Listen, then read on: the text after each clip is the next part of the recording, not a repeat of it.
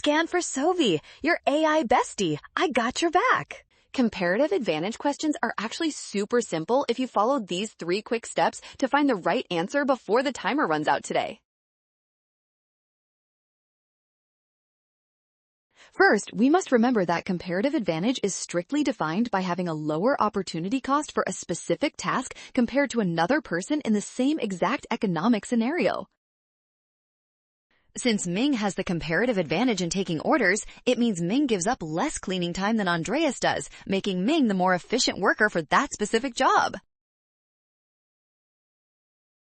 Because opportunity costs are reciprocal, Andreas must have the lower opportunity cost for cleaning tables. That makes option E our final winner.